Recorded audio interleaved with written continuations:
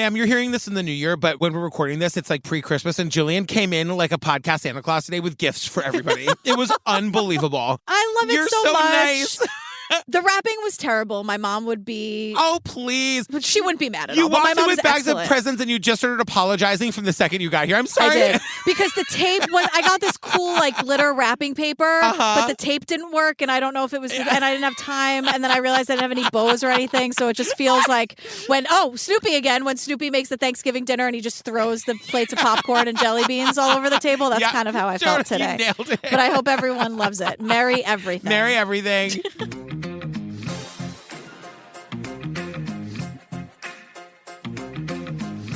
Hi, Jillian Benzavali. Hello, Patrick Hines. Hey, fam. Couple things. We're like Two things. We're like 2 weeks away from my opening night for my traveling book party.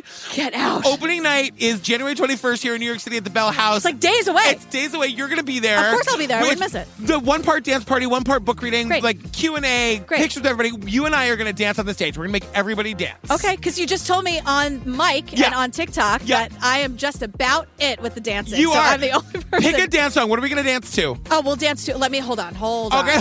For the opening night of your book tour, I got to think about that. All right. We'll do something great. We'll announce it when we get there. Okay, great. Also, tickets for Obsessed Fest are on sale. Come join us in Dallas, October 20th to the 22nd.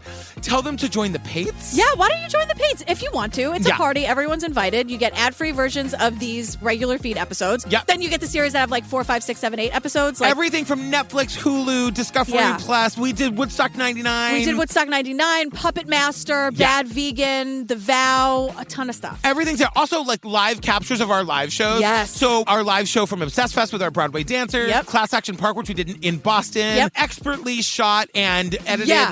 It's not like a camera at the back of the room. It's not like someone's like Steve stood in the back who Right. would have done an excellent job. I'm just saying there's like edits and angles. It's a whole thing. Yeah, that's all. That's it. Oh, join the Facebook group. Oh, that too. Okay, bye. Okay.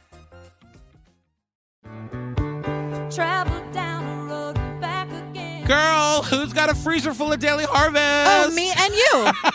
Daily Harvest is back, girl. Yeah, so here's the thing. You know, that time of year, you're all about, like, your new intentions. Yes. I'm going to throw 2 intentions out at you that you might not think about when you think about Daily Harvest. Yeah. Saving time and saving money. Yes, and also getting, like, the good, nutritious food into your body. Like, Exactly. if you care about that, this is a really easy way to do it. We're talking harvest bowls, flatbreads, snacks, smoothies, lattes, and more, built on organic fruits and vegetables. You know I have Daily Harvest every day. I still do. I wake up every morning and have my mint cocoa smoothie. We've been eating the flatbreads and the soups. They're super filling. They take minutes to prepare, and they're just delicious, and it's like a good thing you can do for yourself every day. Yeah, and they work directly with farmers, so they're sourcing the best ingredients, and then they freeze them at their peak ripeness. Yes, So yes. that you never get that freezer burn. It never feels or tastes old or stale. Peak ripeness, that's my track There name. she is. I love Daily Harvest. I've never stopped. We haven't had them in a while. Welcome back, girl. Yeah, can we just talk real quick about that artichoke and spinach flatbread? Yeah. Because I'm a big spin dip person, so now I can do it in a healthy way. I'm into it. It's so good. So, fam, if eating well is a goal for 2023, let Daily Harvest support you on the journey. Yeah, go to dailyharvest.com/TCO to get up to $40 off your first box. That's dailyharvest.com/TCO for up to $40 off your first box. Yeah, dailyharvest.com/TCO. Get that good food. Okay, great. Okay, good. I'm Sounds glad like we a plan agree. to me. Great. Okay, great. Okay, good.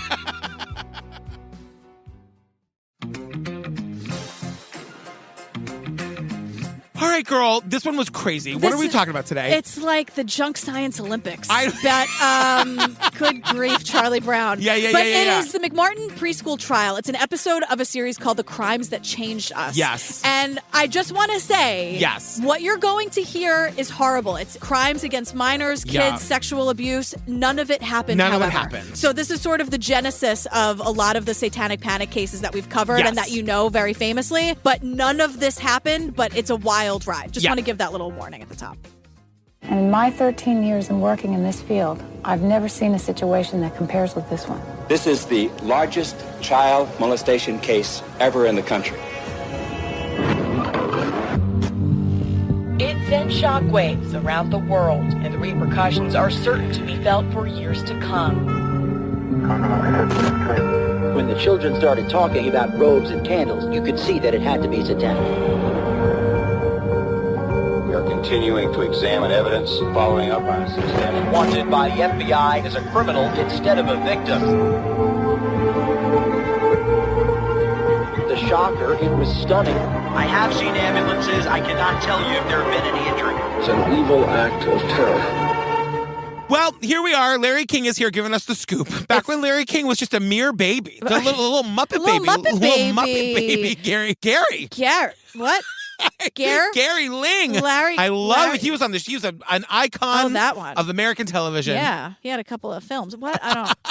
So, yeah, we learned that this trial is the longest and most expensive criminal trial in U.S. history. Went on for years and years. And I also just want to say the guy at the center of it, Ray Buckey, he's here for this episode apparently telling his story for the first time. So this case has been like endlessly covered, but not by the people who lived it. Right. Because we learned that right after this Larry King interview, he went into hiding because that was in like 1990. And so now for the first time since then, he's telling his story. My God, I know. This guy. He didn't do it. He didn't do it. He didn't do and it. nobody did it. His mother didn't do it. His grandmother didn't do it. His mother, come on. All right. But like, it's complicated because like women are abusers and it's wildly underreported. Yes. Nothing you're about to hear happened. Right. Like none of the abuse happened. No, none of it happened. They weren't sacrificing horses on the altar. That's how fucking insane this gets. I have so much to say with horses on the altar of the local Catholic or Episcopal church. At 11 a.m. and nobody heard about it. Hold, please. We'll get right to it. We'll alert you when to pull over. Where would you even get a horse to sacrifice? Where would you even get one? You wouldn't. You don't. There's no such thing. So let's start in Manhattan Beach, California. 1981. Ray Buckey is 23 years old. He's a preschool teacher. He loved growing up in Manhattan Beach. About 10 minutes about how great it was. You know, and the whole thing that we learn about the McMartin Preschool, founded by his grandmother, his mother is now kind of, it's like a family business. Right. And Ray, he didn't really want to work there. Yeah. I never really tried or thought about becoming a teacher in there, but I knew how important it was and how happy it made my mother and grandmother. And I decided to take it seriously. Took early education classes, and then eventually I became one of the teachers. It was a very positive part of my life. He was like, I got nothing else to do. I'm living the surfer life. I'm going to go take some early education classes. And then he was like, I kind of love this. And I'm good at it. It's the family biz. I got to tell you, the point of view from somebody who once owned a daycare, my book is coming out in September. Okay, great.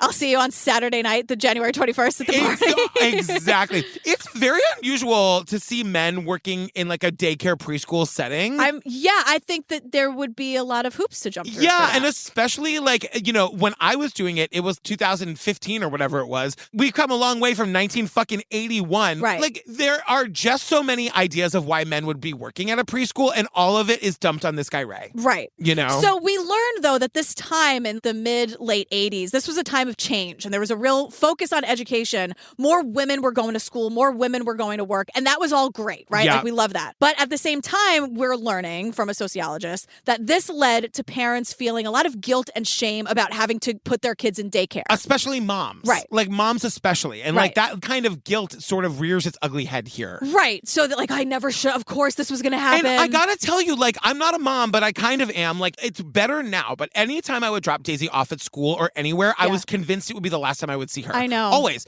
And I don't know, like, we live in the era of school shootings or mass shootings everywhere. I was in therapy for a year dealing with my fear of a school shooting for my fucking 7-year-old at the time. Yeah. You know what I mean? I do. So every parent feels that way. Yeah. I remember my mom, like, you know, that Except story. for my therapist, who was like another gay man who was like, yeah, no, I don't worry about that. Okay, well, maybe you should talk about it. Madam. No, my mom, I told you that story where my mom, like in the height of late 80s, early 90s, when kids were just getting like snatched up a lot, my mom's like, I never didn't have my hand on your arm. Yeah. Always. And I'm I like, know. that explains so much about both of us. But anyway. It was a half-day school for upper middle class children. She had ran it for 28 years. She had won every award in the city. You know, she had anybody who was anybody go to her preschool, the mayor, the police chief. So it had a great reputation.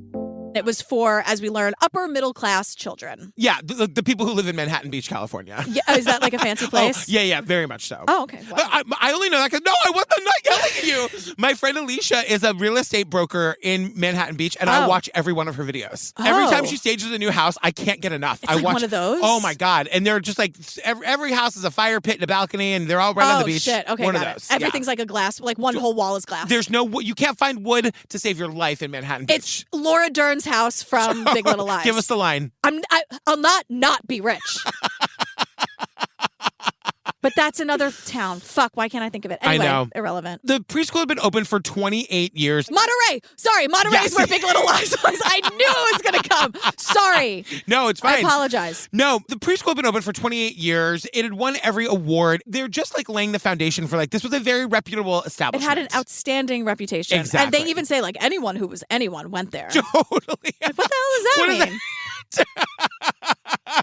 I'm on the wait list at McMartin. Right, You like- know? Meanwhile, you cut to like an outside picture of it and like it looks fine, but it's like in a lady's house. It looks like a half-day preschool. Right, it's like a cement playground. Looks great. Totally. But isn't that the thing now? Like, you got to get on the wait list to go there. Isn't that like a whole thing I now? mean, if you choose to participate in that, which you know Okay. I never would I have. Like, can't there are imagine. daycares on every corner in this town. I used to run one. If I used to run a daycare... Wait, what? Brand new information. Is there like a book or something where I can learn more about that? Yeah. Failure great. is not an option. Coming out September 2023. So good. So here's how all of this starts, right? Yeah. Judy Johnson calls the Manhattan Beach Police Department, and she says that her son, 2 years old, had been sexually abused. And this is where we start to describe horrible things that are horrible, yet also did not happen. Did not happen. He allegedly told her that Raymond Buckey had taken his temperature.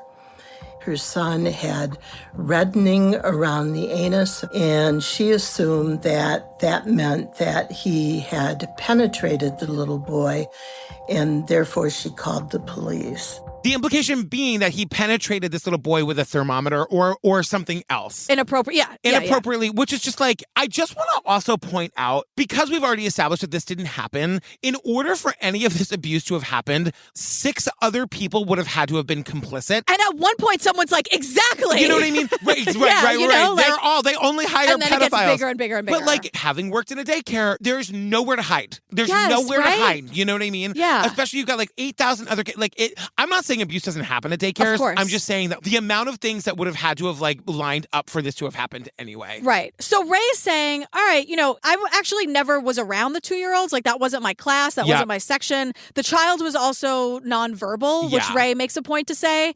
And by September 7th, 1983, Ray is released because there's no evidence. But the police start an investigation into the school. But they do this thing that I've never heard of. And hopefully has never happened since.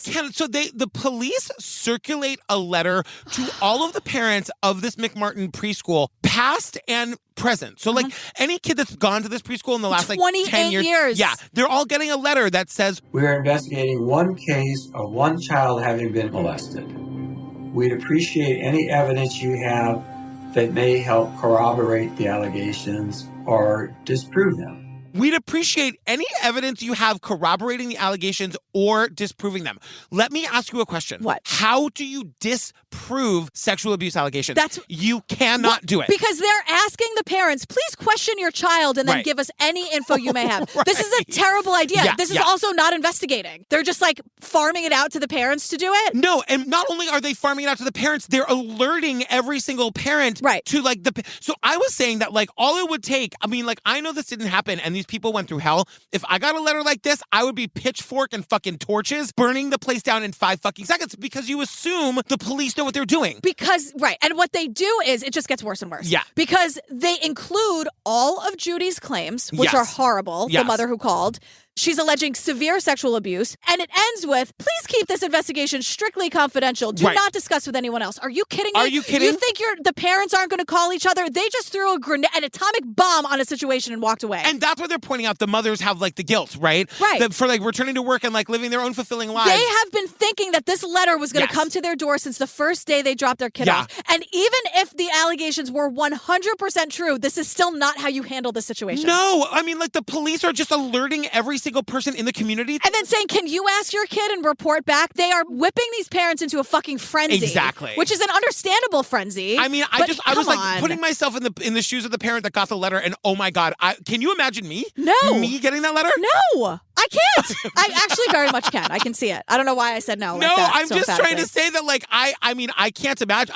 I would have killed the guy. So they send out the letter to 200 sets of parents. Yeah. All of them have children who are 2 to 4 years old who are former or current McMartin students, Yes. right? So now it explodes. The city's, no one kept their fucking mouth shut, you dummy cops. It was just a nightmare in the city because the allegations were hideous even to imagine. So to be accused of them, it was horrible. It really affected me.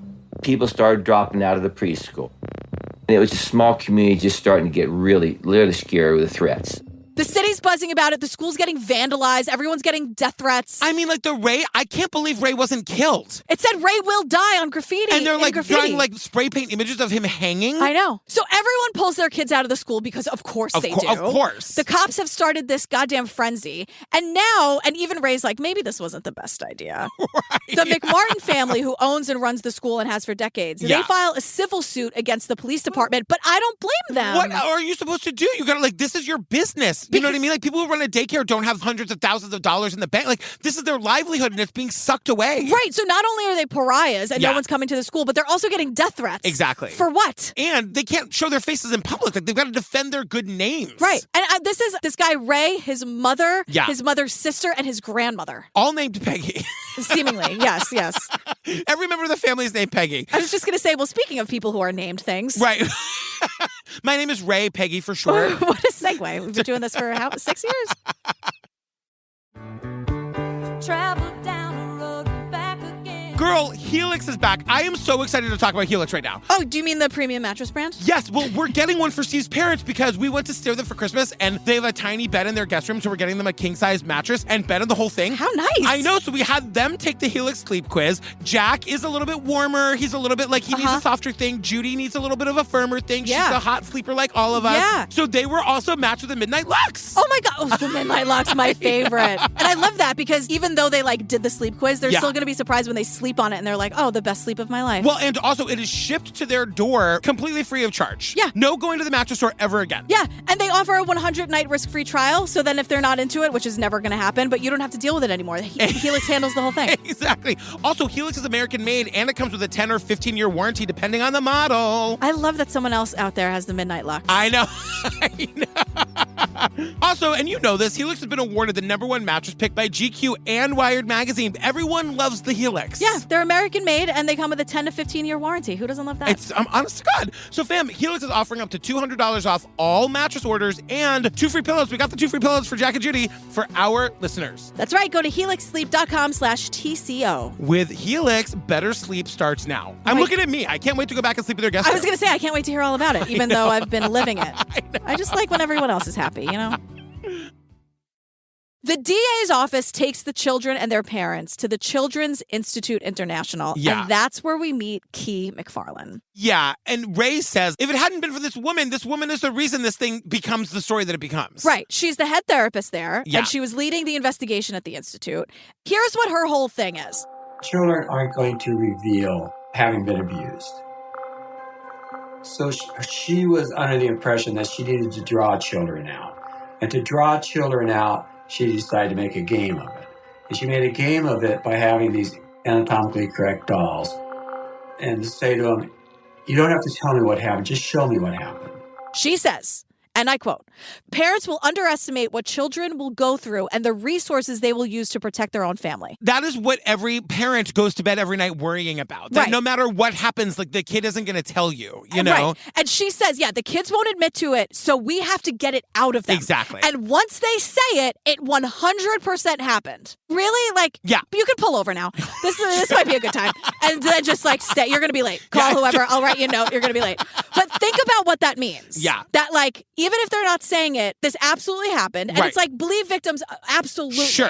But when you're talking to 2-year-old kids and you're the adult in the room and you're making it very clear that you're trying to get something out of them, this is very, very messy. Well, and remember that whole show me on the doll where he touched you that we all were traumatized with as children? It fucking started with this woman. Right. But what she's using creepy, creepy dolls. Oh my God. She's also using the Avenue Q of it all. Right. A stuffed, low-rent, homemade Ms. Pac-Man.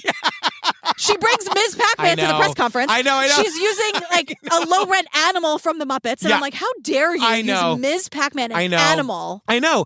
And she's using the anatomically correct dolls, and she makes a game out of it. And we see this reenactment of this woman being her, using coercion to get these stories that didn't happen out of these kids. And what happened? And this is where we start getting the numbers that should make everyone go, wait a second. Yeah. Because she videotapes all these conversations with the kids. Therapist Key McFarlane says she has evaluated 145 children who were abused and has never seen children as frightened.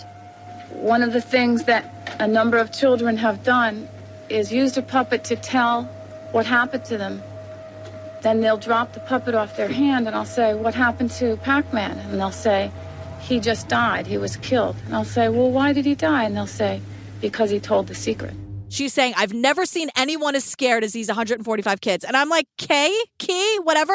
You're the common denominator here, are you not? Yeah, and she says like she's never seen children as terrified as these children are. Are you sure you're not confusing terror with confusion? Right, and also maybe you're bullying them into saying what that you want to hear. Or maybe you're telling them about fucking terrifying scenarios that they'd never thought of before, and that's why they're scared. And I'm like, wait a second. So 145 kids after all these years, and only one kid said something to their mom. I'm not saying that people don't say things, but these numbers the math is not mathing for me. No. And Key is like, well, shut up, Jillian, because they said more things. Right. According to Key, and I'm not laughing. I know. It's like, Key, if you're going to try to make a name for yourself with this thing, you got to be a little more subtle. Yeah. Because you're really, really pouring it on thick. Yeah.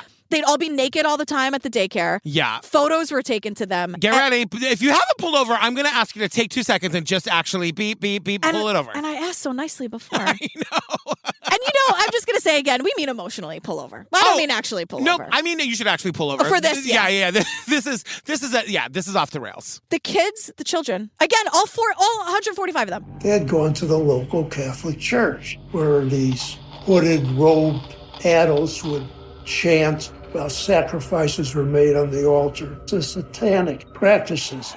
Animal sacrifices were being made on the altar. They were slaughtering horses. Horses. Let me say, hold on. Okay, because then I have something to say. First of all, wouldn't someone hear something Wouldn't at 11 somebody's a.m.? horse have gone missing? Yes. Where's Buckley? Where are they getting all of these things? Save Buckley the horse. And wouldn't the kids be so terrified of the adults in the robes that one of these 145 kids would say, Mom, I had a weird day today. Also, like, you're walking these kids to the local Catholic church in the middle of the day. Somebody would have seen it. You lost me at sacrifices on the altar. Bye. I'm gone. And more than that, this is not a joke. This is really true. The only thing kids age 2 to 4 want to talk about are horses. Horses. That's the only thing they want to talk about. And animals and petting them and doing all these nice unicorns. things. Like, probably Mary Jane was like, they slaughtered a unicorn, Mom. I watched them slaughter a unicorn. Exactly. You know what I mean? Thanks a lot, Key, putting these thoughts in their head. But like, truly, that any parent of any kid that age knows that horses are like the most magical creatures to these kids. Right. Of course they're talking about horses. Anybody who like went to church on Sunday, if this happened on Wednesday morning, they'd still be cleaning that shit up. Yeah, how do you, literally. You know, and horses poop a lot. You'd smell it, you'd hear it. Horse. Come on, multiple. And Kay's not done. Kay, I'm sorry, her name is Key. I keep saying Kay. Yeah. Whatever. Who cares? She ruined everybody's lives. Yeah. She says all of this going on was for a money-making, very profitable enterprise. Child pornography, child prostitution. They were producing child sex abuse materials. Yeah. They were forcing them to do sex work. Right. They were doing all this stuff. And I'm like, so this was a half-day preschool. Right. But by the way, half-day to preschool is like you get dropped off at 9 and you're picked up at 11. Like, you know what I mean? Seriously. Totally. I or feel maybe it was just my daycare and that's why it didn't work. No, that seems to make sense to me. I feel they would drop the kids off at like 9. I'd be like, "You're gonna be back at 10:15, though, right?" Right? Yeah, right. Because I got about an hour and 15 minutes, and then I got the you freezer know what? By vodka. the time you leave and get back, I'll see you in about 25 minutes. Totally. Just in the lobby, read a book. Just at its core, they don't have that kind of time to be doing all this stuff. I know. At the very least, did anybody watch them load a horse into the Catholic Church? And again, the number of people who would have. But that's what I'm saying. The number of people who would have to be complicit in this for this to be. I don't think Ray's grandmother is doing it, and his grandmother-in-law. Enough. And just because, I think something that, my therapist said to me that I'll relay to everybody else. Okay. Just because it's your worst fear doesn't mean it has to be true. You know what I mean? Oh, can I take that? Yeah, 100. Just because it's your worst fear doesn't mean it has to happen. Ooh, I love that. You know? That's pretty powerful. Yeah. I like that. I'm taking it. Thank you. Great. So, again, Key says every single child she spoke to, all 145 of them were molested. She says somebody tells us that after she'd, sit down with the kids, you'd be waiting out in the lobby. At the end of videotape interviews of these children, Key would come out and tell the parents, waiting anxiously, sometimes with 2 kids, and say, well, Bobby is number 189. I'm sorry to tell you, he's been molested.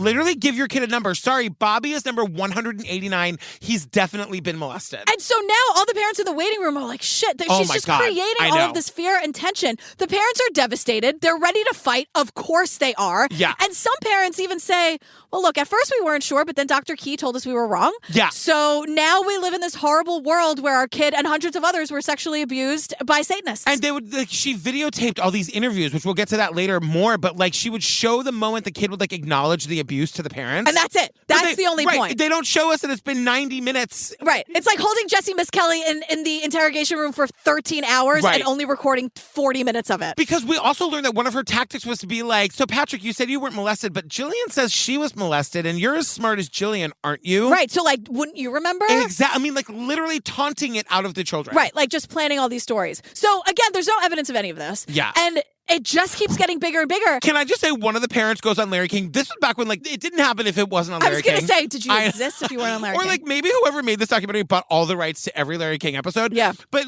one of the parents goes, yeah, you know, it sounded a little far-fetched. Right. But then she told us we were wrong. Exactly. And again, like, you're not going to ignore that if Right. your child is now suddenly saying these things happen. And can we just talk for a second about, like, so these kids weren't actually sexually abused. The abuse they actually suffered was just as bad. Yeah, mental and emotional. I mean, absolutely. like, the scarring that these kids, like, what these kids were psychologically put through. At 2 and 3 and 4 years old, Yeah. like, that's trust issues waiting to happen. Oh my God. Yeah. So now it gets bigger and bigger, and Key is like, I'm sorry, did I say 145 kids? I meant 400 kids. And also everyone's involved. And I'm like, they're saying well, that, they'd have to be. Right. So they say that, like, in order for this to work, they do the same logic puzzle that we did, but they get a different result. Because they're like, Key McFarland interviewed almost all 400 of the kids. And she said she had these oh my God moments when she realized Raymond Bucky couldn't have abused all these children without the complicity of the other teachers. Apparently, the people who ran the school were very, very careful with the people that they brought into the school. There's a substructure of people who are child molesters. In order for this to have worked, every single person at the daycare would have had to have been involved. And rather than saying, and there's no way that could have happened, they go the other way and say, so then obviously every single person Clearly was it involved. happened. Right. So it's Ray, his mother, his grandmother, his sister, and 3 other teachers. All of them are women. Which is like, once again, obviously we know this isn't true, but the fact that like none of them would have had a second thought, would have told somebody that this was happening and they were like, and so the police are saying, no, it's not that they like took these normal people and turned them into pedophiles. This daycare only hires pedophiles. Right, and They're it's been part of some, happening like, under our noses for 28 years. 28 years. And now I do want to say again on the record, women can absolutely be abusers. That's a Yes. thing. It is wildly underreported. I know that's why the stats are what they are, Yeah. but it's just not what happened here. I just want to say that again. So now we learn about a physician named Astrid Hager. Yeah. She's, quote, an expert in child abuse. And I wrote, she's not like still calling herself that, is she? Well, she should Because be. what she does, and again, this would be so fucking traumatizing to the children who have not suffered sexual abuse. But now they think they have. Right. And that's another thing they have to like reckon with now as children. But like at 4 years old, these young girls are having pictures of their genitals taken to be used in this like scientific experiment. Right. Right. And so, like, she's taking pictures of these children's genitals and then pointing out where she sees, according to her, blunt force trauma. And what this does, because there had been no physical evidence up to this point. Right. It had only been the, quote, stories of the children and that one mother, but there was no physical evidence that this had ever happened. This is all the physical evidence the cops need. And now just put yourself in the shoes of the parents here. Yeah. You know nothing about satanic panic. You know nothing about false confessions. You know nothing about coercion. Of course. You're hearing, oh my God, this place that had this outstanding reputation. It was a family affair. Yeah. They were doing this for 30 years, 400 children. You want to burn it the fuck down, right? I can't Rightfully believe, like, so. if I was a parent and who like was under this like brainwashing, I absolutely would have killed the guy. I mean, 100% would have killed the guy. You would, as they say, you'd go to the mattresses. You would fucking go crazy. Yeah. And like you should, like there's something about it. But then there's always this little like, it didn't seem right, but we just were told by everybody And that's what it becomes happened. that group mentality. So like one parent believes it, then 8 parents believe it. Then what, are you going to be the one who dissents? And yeah, and that's the cop. No cop wants to be like, well, I don't believe your 4-year-old. Right, exactly. No lawyer wants to say, Exactly. I don't believe your 4-year-old. Yeah, I yeah. mean, how do you And do these that? people are doctors. You know Right. what I mean? Well, that one person said she was a doctor. Travel down the road and back again. Girl, Simply Safe is back. I gotta tell you some bad news. I know you love the Christmas holiday season. I do. Did you know that property crimes like burglaries and package thefts spike over the winter? Yeah, and I don't like it. I'm not a fan of it at all. Girl, that's why now is the best time to secure your home with the award-winning home security Simply Safe. Yeah, so start your new year off with, how about this, 24/7 professional monitoring agents. Oh. They're using Fast Protect technology exclusively from Simply Safe, and they're going to capture critical evidence and verify that the threat is real so you can get a priority response. Because sometimes you never know. Sometimes it's a whole big bowl of nothing. You know. That's the goal. It's true, Hopefully, it's absolutely nothing. It's just an overzealous squirrel making too much racket. That's the dream. And fam, Simply Safe is whole home security with advanced sensors for every room, window, and door. And that 24/7 professional monitoring service costs under $1 a day, which is less than half the price of ADT's traditional professionally installed system. This is what you can do yourself. And guess what else? They've got these HD security cameras for inside and out. I always say, you want to see that scary clown at 2 a.m. You know what I mean? What else are you going to put on TikTok if not that? That's what I'm saying. You know what I mean? See what I mean? Totally. The content always. And fam, with the top-rated Simply Safe app, stay in complete control of your system anytime, anywhere, arm or disarm, unlock for a guest, access your cameras, or adjust system settings. Yeah. You can do anything. You can do absolutely anything. You can spy anything. on your house guests. Oh my God, we live in the future. So customize the perfect system for your home in just a few minutes at simplysafe.com/TCO. Go today and claim a free indoor security camera plus 20% off your order with interface monitor. With interactive monitoring. I want to say that so it doesn't sound like you're just screaming randomly. Should I do it again? That's simplysafe.com/TCO. There's no safe like Simply Safe. Bum-ba-na-na.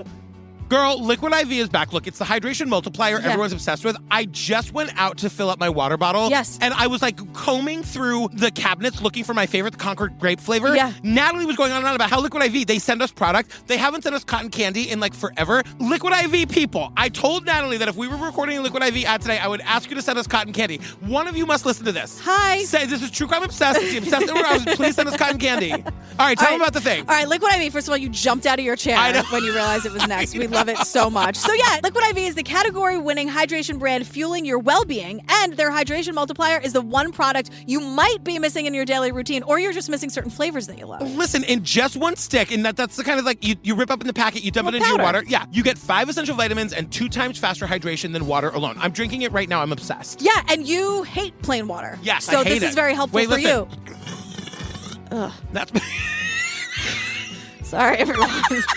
Just slurped. Yeah. You just slurped in our friend's ears. I wanted you to know I'm really drinking it. I love it so much. Oh, yeah, no, you are. Sorry. Yeah, yay. But the point is you can have it before a workout, after a workout, before drinking, after drinking. I was going to say, tell them what I really use it for. On a long flight all weekend at Obsessed Fest, if you're me. It's really what got me through those 3 days. And one if you of the show many up at things. Obsessed Fest, Steve and Natalie might throw packets at you while you're just like walking down the hallway. In the nicest way. It's true. They'll just say, hey, look. We truly love it so much. It makes me drink so much more water than I would without it. And fam, grab your Liquid IV in bulk nationwide at Costco, or you can get 20% off when you go to liquidiv.com and use code TCO at checkout. Yep, that's 20% off anything you order when you shop Better Hydration today using promo code TCO at liquidiv.com. Liquid IV, send us the cotton candy. I told Natalie I would ask. Can you please send us some? Just send it to us. Yeah, just thank say you please, so much. and maybe that'll help. Oh, please. Please Sorry. and thank you. Okay.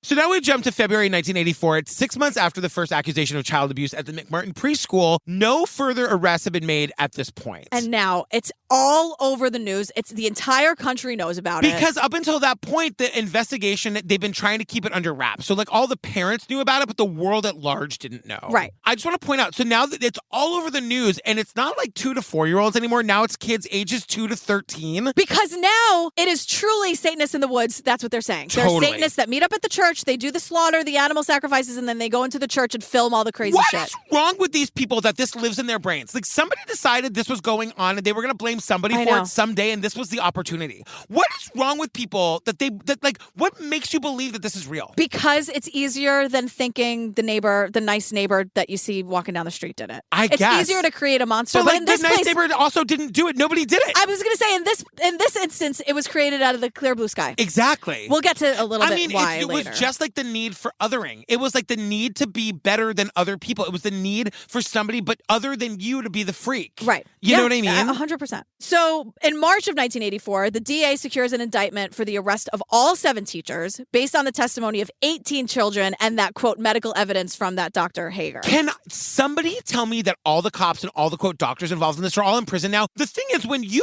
open a daycare, you're doing the Lord's work. Right. You're taking other people's shitty kids for the day. Right. And you're like teaching them and you're like letting the parents go to work and have their fucking lives. These people don't make money. These people aren't like getting rich. They are doing good work. Like you're terrorizing these people. Did you say shitty kids? Yes. Okay. Kids are the worst. I didn't say it.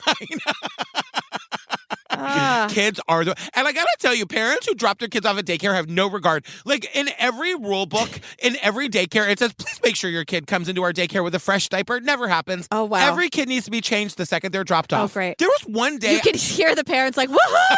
With the car screeching down the street. This one mom handed me her kid while it was mid-poop. Oh. And it took me like 40 minutes to clean this fucking Maybe, kid. did she have someplace to be, the mom? Who That must have been... cares? Okay. In direct violation of the rules, Jillian. Okay. In direct violation. You know I'm in a sticky spot here because I'm really not allowed to have She opinion handed me her on any kid, of this. and I was like, oh my God. And I know it's my job to clean the kid's diaper, but that was like, you know this daycare only lasted a week, right? I do. And what's interesting to me, of course I know. Like there are a lot I of wasn't hoops. good at it, girl. I know.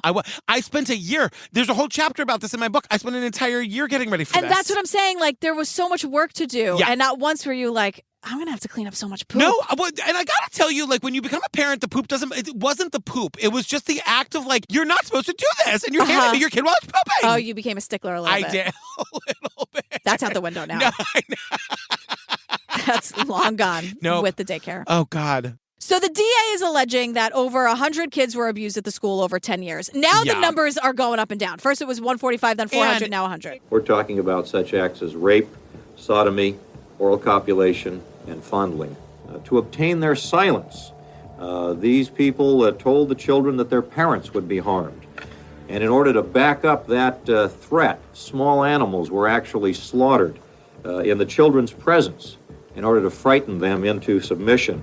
They threatened to hurt the parents if the kids told, And so that was the other thing. That's where the slaughtering of the horses on the altar They comes were from. proving a point. They were proving a point. My thing is this. Uh-huh. There are no Satanists in the woods doing all this crazy stuff. But if there was, who's the poor schlub that's got to clean up the animal sacrifice? But that's what I'm saying. Someone's got to be, like, what, the new person? I know. Like, first hired, But, you know. Again, I say, like, this is the whole thing where, like, we talk about this in the murder cases all the time, where, like, there's no way 5 people conspired to commit a murder and didn't tell anyone. Right. So now we're talking, in order for this to have worked, the 7 people who worked at the daycare, then all the people who worked at the church, all the priests, all the animal handler that brought the fucking horse to be slaughtered, the guy who had to clean it up. You're talking about... And the Satanists in the woods. And the Satanists, 40 people involved in this, all keeping it hush-hush. No.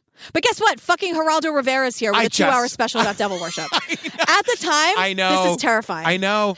And was really epitomized, I think, in the Geraldo Rivera 2-hour special, which drew more viewers than any other television show in the history of the United States at that period of time. Devil worship. Exposing Satan's underground. More people watch this than watch the Beatles on Ed Sullivan. Is that's right? Fucking wild. But we have to remember, this was back when there was 3 channels. There was the Geraldo channel and then everything else. And then it was like, ooh, Satanists in the woods. It was sexy. Yeah. You know, it was like, you know how I'm using that word sexy. It was just of course, like, you know. Of course. I mean, like, it all just sounds so insane. Right. And so Geraldo's going to spread, you know, fear and misinformation for 2 hours in front of everyone in America. Yeah. And he's saying that Satanists are here to do evil and harm and torture and abuse. May I? Yes, Just please. grab my soapbox real quick. Absolutely. Here's what Satanists believe via the Church of Satan's website. Yeah. Meanwhile, the Church of Satan is they were always on the forefront of the fight for gay marriage rights. Right. Because they don't believe in anything. Right. They say we don't worship or believe in Satan. Satanists are atheists. They say our position is to be self-centered, with ourselves being the most important person, the God of our subjective universe. This could really work for me. So we are sometimes said that we worship ourselves. Why do they call themselves Satanists then? They say Satan to us is a symbol of pride, liberty, and individualism, and it serves as an external metaphor metaphorical projection of our highest personal potential. And at the end, we do not believe in Satan as a being or person. Okay, but like in defense of everybody else, they understand how provocative that is, right? Right. To call yourself a fucking Satanist is like, and I get that they do good work and they're fine people and all of that, but like that is intentionally provocative. I guess. I just like that it's like selfish? Absolutely. Yeah. Murderers in the woods? Hell no. Every last one of them's the Slytherin. Wait till my father hears about this. We get it. They're like, selfish? You betcha. Yeah. Self-centered? Every day of the week. And I love that they were going to call themselves like selfists, but they're like, oh, you know what'll really piss them off? Let's call ourselves Satanists. Right. Are we going to operate to cause harm to others? Absolutely not. No way. Are we only going to care about ourselves? You got it. Bet your ass.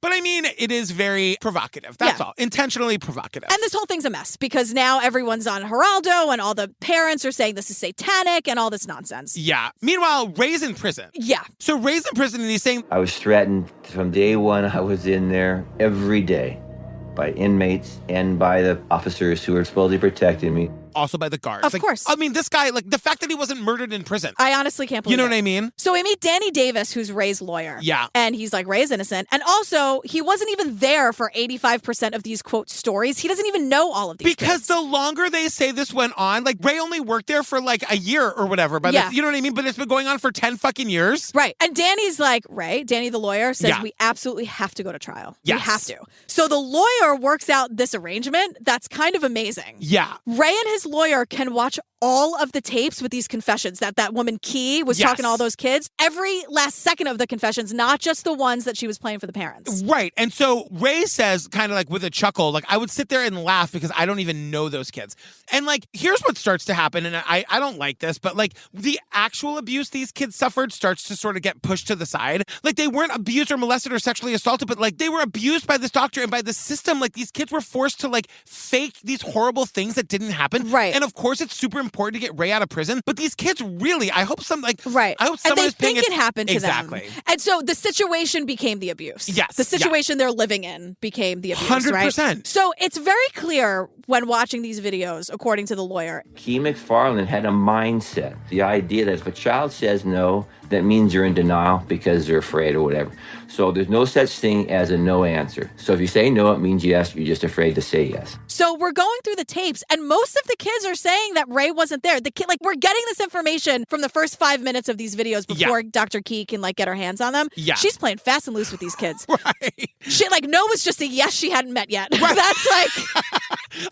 They used the term badger. She badgered these children. Also, Dr. Key, the fucking irony I know. of like not taking no for an answer. Oh, I know. Holy I know. shit. And like, I don't think that Dr. Key is out to do harm. I think she believes the fucking nonsense she's peddling. I think she wants to make a name for herself. I think there's you know? that, but it's just also it's so like when you're dealing with kids are so helpless. I know. You know what I mean? know. They have no agency. Like, why cannot we handle children with better care? Right. I mean, I'm seeing this. I'm getting flashbacks of every coerced confession we've ever seen. 100%. It's exactly what the cops do, right? So it's June 6th, 1984. We're at the preliminary hearings to see if this is going to go to trial, which we know it does. Yeah. I mean, this is called the McMartin Preschool trial. It's the name of the episode. There are 75 counts against Ray, and they're all sexual abuse charges. Yeah. And speaking of traumatizing, all these kids now have to testify in court. I mean, at why? 4 years old or whatever. What, are they getting a 2-year-old up there for what? And I like the only thing a 2 or 4 or 6-year-old can say is whatever they're told to say. Right. You know what I mean? They're not like speaking from their own memories. And what the defense is saying is that, yes, this is absolutely re-traumatizing for these kids. This whole, I don't know if it's even re-traumatizing because I think they've just been traumatized this entire time. Yes, yeah. But it proves that there's no other evidence. Right. Like, and who's going to tell a little kid they're wrong? Right. So it's a little manipulative. Yep. And it also is pretty telling that there's nothing else that they have except for the story from a 2-year-old that Dr. Key told her. And then I think the prosecution starts to realize they don't have a lot here because they drop all the charges against everybody except for huge. Wait a second. I know. 18 months and $4 million later, preliminary's over, we're going to trial. Yeah. But then the DA drops a bunch of charges. They drop the charges for everyone except Ray and his mother. And that's great for these 5 women. Or is it really because their lives are destroyed? Exactly. But like, this guy goes on TV. The DA, everyone wanted to kill these people. Everyone, they were Satanists, they were abusers, they've been doing this for years. Everyone's involved. Everyone's a victim. Everyone's a suspect. And then the DA is like, Yeah, I don't think so. I want to sleep at night, so I'm out. Thank you so much. I'm not doing this. It was the same fucking DA who was saying 2 minutes ago that the only way this could have happened was if they were all involved, so then they all must have been involved. And now they're saying, no, it was just Ray and his mom. And the DA's like, I'm going to step away from this. I will step in front of every camera and microphone He that you have sells available. his story. The fucking prosecutor sells his story Right. to a Hollywood producer. Right. And also, like, there's no evidence against Ray and his mom either, so why not drop all the charges? Exactly. I'll tell you why. Because we're too far into this now. Right. We have to move forward. Hundreds of parents are enraged. They have no choice. It is a fucking sad state of affairs. Yeah. So it's May 1987. It's 2 months before the trial starts. The prosecution asks Judy Johnson, the first mom, the first parent to complain, the one with the kid with the fever. Who they wrote the letter about and then said, hey, tell all your kids to tell us the same Exactly. story. They ask her to testify. And now we only hear Ray say this. So I don't know, but according to Ray, Judy Johnson was found out to be schizophrenic. Obviously made her state of mind very questionable. That was another aha moment. This is the person who started it. this woman suffers from schizophrenia. Right, which they say, like, those symptoms can sometimes include hallucinations and delusions. And then on top of that, he's saying that she had alcohol use disorder. And she's dead. Like she's dead. Yeah. So she can't testify or answer for all of the shit that she caused. Right. But also, like, is it possible that, like, her testimony isn't real? Right. You And so, know? like, the person who started all of this is not here. But again, we're too far gone now. Yes. You know, like, they have to move forward. The entire world is watching. But this is like a really critical moment of, like, oh my God, it's a house of cards. There's there's nothing here. There's nothing here. And so, you know, we get more from Ray. Like, July 13th, 1987, the trial starts, and Ray is saying he's convinced he's going to be convicted, and more than that, he's going to be killed in prison. Also, according to Ray, everybody in his life is like, oh yeah, you're not going to last 2 days in there, sweetheart. I mean... Everyone in his life is like, yeah, you're probably going to be killed immediately. Probably. I mean... Ray, get better friends, girl. And don't say that to the person. Don't, like, who says that? Who's bad friends? I know. Bad people. Travel down the road and back again. Girl, Stamps.com is back. Look, the holidays may be behind us, but it is never a bad time to use your Stamps.com to save time, save money, because you can do anything you can do at the post office with the Stamps.com, and you need it all year long. Yeah, because now, you know, January, we're talking about, like, customer emails and returns and gift card purchases, and, you know, that means more postage costs. Yeah, well, and this is what I'm saying about the money. Stamps.com has amazing partnerships with USPS and UPS for unbeatable rates of up to 86% off. 86% off. What? Yeah. And Stamps.com automatically tells you what your cheapest and fastest shipping options are. So you're not guessing, you're not overpaying, you're not overthinking, you're doing it right. And guess what? They've been at this for over 20 years and have been indispensable for over 1 million businesses, including Obsessed Network. Fam, when we send stuff out, we only use Stamps.com. Yeah, you know why? Because we have a computer and a printer, and that's all you need. I'm not kidding. It is so easy. And sometimes a glass of wine. You know, come on. Also, if you need a package pickup, you can easily schedule it through your Stamps.com dashboard. So you can take your packages to the post office, cut the line, like, not in the rude way. Yeah. Or you can schedule a pickup at your house or your office or whatever. Because they send you that free scale, so then you know exactly what everything weighs, too. It's amazing. More time-saving hacks. I am obsessed with Stamps.com. Fam, I'm talking to you, fam. Start your new year by saving serious money on mailing and shipping. Get started with Stamps.com today. Sign up with promo code TCO for a special offer that includes a 4-week trial, plus free postage and a free digital scale. No long-term commitments or contracts. That's key. Yep. Just go to Stamps.com, click on the microphone at the top of the page, and enter code TCO. And give yourself a hug from me. Just do it. Oh, yeah. You know me what I mean? too. All right. If you want it. So the trial started, and the prosecution calls Astrid Hager, the doctor who examined the children, and she's the one who said, like, there was absolutely trauma here. Yes. Now, in the eyes of the court, she's portrayed as an expert, right? And they're having her say, like, these really damning things about the defense. Yep. For whatever reason, the prosecution calls a second doctor. This woman's boss, the woman who trained her. So the prosecution thinks, he's going to double down. He's going to confirm everything Astrid said because he taught her and he trained her. Yeah. No. Danny Davis calls the second doctor up and puts a slide up on the screen for the jury and everybody to say and says, there's a marker I'd like you to indicate on the slide where that damage is. No two doctors agreed where the damage was. So poof, There is no medical evidence. The defense rips their testimony apart because they couldn't agree on anything. No. They couldn't agree. If there was damage, where it was, everything was conflicting. And so there you go. Now, bada bing, bada boom, we have no medical evidence. And I want to drive this point home because I think it is so fucking disgusting. The only way they can have this part of the trial is by putting a picture of a 4-year-old's genitals on display in a courtroom. And for discuss nothing. It. Yeah. Can yeah. you fucking imagine that? know. The violation of that. And did that little person have to testify too? Right. And get re-traumatized? Because it started when they were being bullied by Dr. Key to say what she wanted them to say. Unbelievable. So now the prosecution brings out a prison informant named George Freeman, which, as we know, can really go either way. But no, it can only go one way. Prison informants, explain to me why we allow this. I don't think we should. There are plenty of things we should not be allowing here. My God. I mean, they literally put this guy, he's a known informant. They put him in the cell with Ray. Ray says, bada bing, bada boom. Ray says, I am not discussing my trial with you. Yeah. And then positions himself on the other side of the cell so he could never be in video footage looking like they're talking about anything. Right. But meanwhile, this guy's like, well, actually, this guy Ray confessed to me, and we have a polygraph expert to tell us how reliable it is. Oh this my is why God. I'm like, this is the junk science Olympics.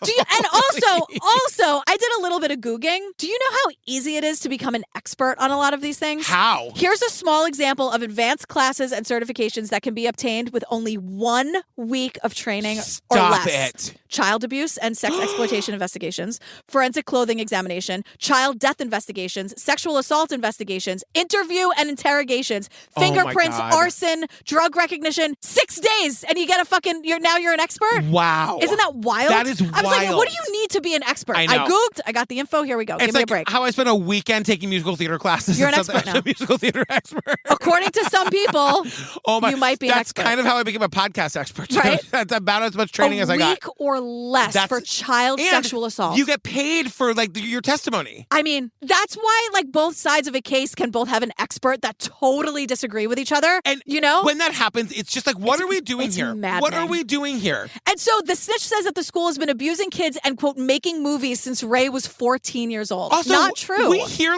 2 seconds of his interview. He sounds like a fucking idiot.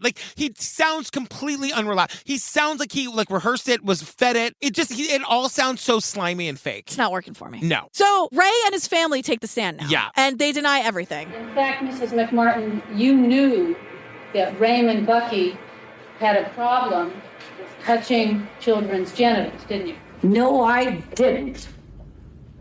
In fact, And don't try to put words in my mouth. I did not. In fact, Peggy... You are lying. His grandmother? The fucking grandmother. Don't you try to put words in my mouth. You're lying. She screams, don't you try to put words. Can you imagine? You've been a pillar of the community for 30 fucking years. Yeah. You spent 30 years changing those shitty kids' shitty diapers. Right. And now all of a sudden you're being raked over the coals. You're just trying to retire in peace. You said they had shitty kids. Oh my God. Any kid that's not your own is a shitty kid. I don't know anything about that. I don't Yeah. I ran a daycare for a week. You're an expert. I ran a daycare for a week. You are an expert. So it's November 1989. After 3 years of trial. 3 years. That is, it cost the taxpayers $15 million. Wait, the jury starts to deliberate. So 90 witnesses, 50,000 pages of testimony. Not since the Menendez trial where they got 387 people to get up there and talk about what a piece of shit Jose Menendez Not a was. single person even said, he said, bless you that one time I sneezed, or he held that door open for me. They've been waiting their whole lives to say what an asshole Jose Menendez was. There were those 30 seconds of that one Thanksgiving where he wasn't a total fucking nightmare. No one could even say that. No. 90 witnesses, 50,000 pages of testimony, and $15 million, and 3 years of trial. I mean. So January 1990. All for nothing. None of this happened. And, well, it's not guilty. They all get not guilty verdicts. So it took them 2 months to come up with a verdict. They're acquitted. And the jurors are like, look, it was all in those tapes with that Dr. Key person. The CII tapes did not help me. In fact, they gave me a lot of reasonable doubt. The children were never allowed to say in their own words what happened to them. And to me, that was crucial. I now realize how easily something can be said and misinterpreted and blown out of proportion. The children were never allowed to say in their own words what happened to them. And I'm like, wow. Yeah. I wasn't expecting this. No, but it's also like there's a lot of like, well, we learned a lot of really valuable lessons here. Ray spent years in prison. I know. You know what I mean? I know. Like and like this lady's legacy got destroyed. 30 years changing the shitty kids' shitty diapers. I know. And her reputation is ruined. Right. See, now you say it's going to be okay, but if I said anything close to that, I'd get in trouble. So now Key McFarland's interviewing technique is called into question. And someone's like, look, I'm sure they had good intentions, but no. Well, we learn about this thing called child sexual abuse accommodation syndrome. I've actually heard about this. Okay. It's a whole idea. It's the assumption that children are always reluctant to disclose sexual abuse. Now, on its face, that sounds like I get that. I understand it. But it's a technique that, quote, coaxes, cajoles, and charms children into disclosing abuse, using puppets, sharing information about what friends have said about them, including things like, are you as smart as your other friend who just admitted she was abused? Right. And in this case, Key is using it for them to admit abuse that didn't happen. Or invent abuse. You know what I mean? Yeah. So now, that's where I get a little stuck, because it's kind of like, if she really believes, if she had been taught that this was the right thing, she's kind of following her training. You know what I mean? But this published work that she's following is based in absolutely no facts or research. Even the guy who wrote it was like, I didn't mean that. Yeah. And it's like, it's junk science again. It's not real. It's not like, it's just like a thing that someone thought maybe. And I think too, when you're Key, you kind of just like, you keep saying you're too in it. You're can't turn back now, you know? Yeah. And she could really make a name for herself, right? You've called her Kay 80 times. I know. It's Key, right?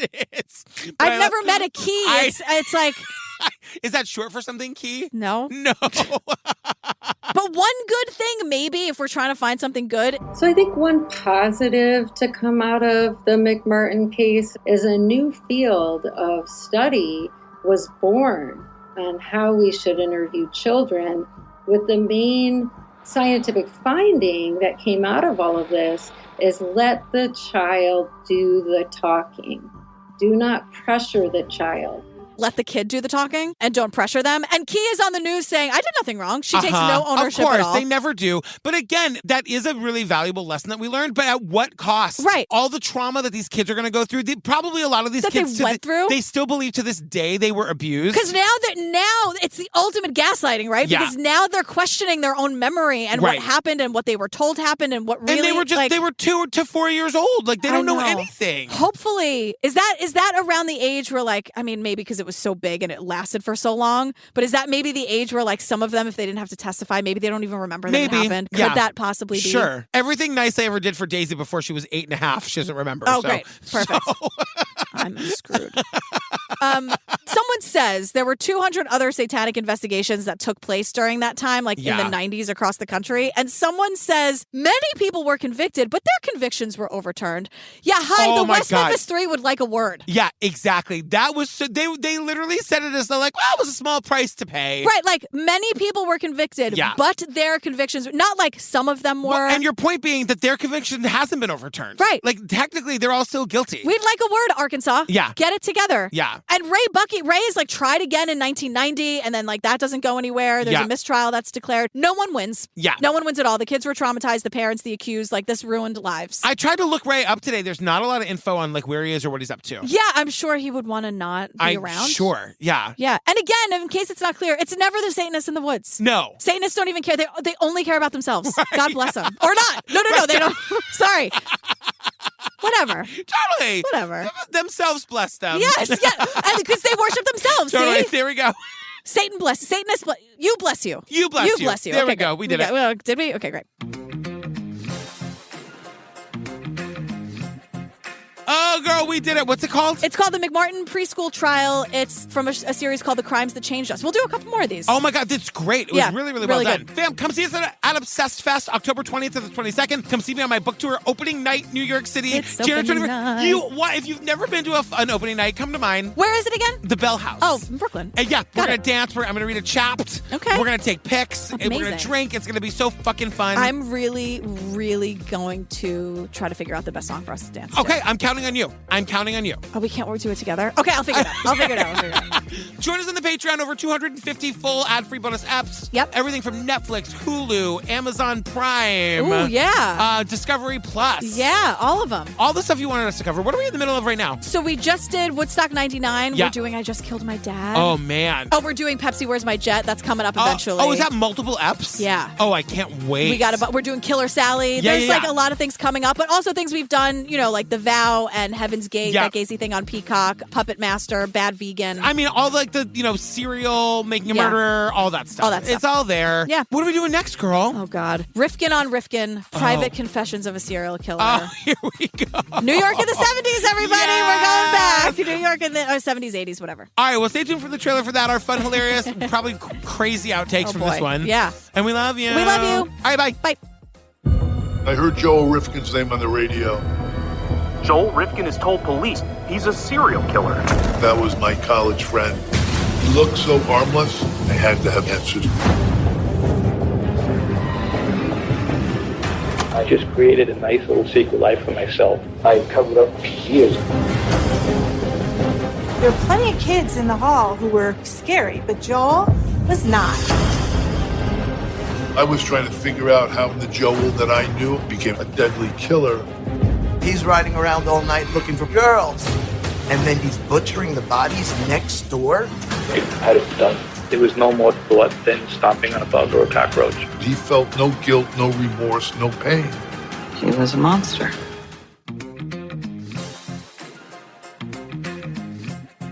It's a whole thing with the anatomically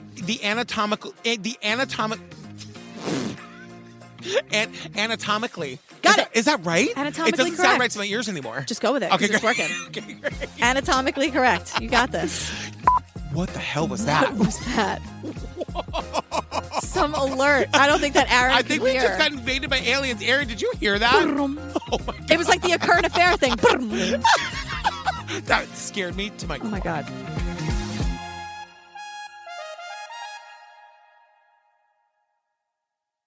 We love you like Satanists love themselves. We love you.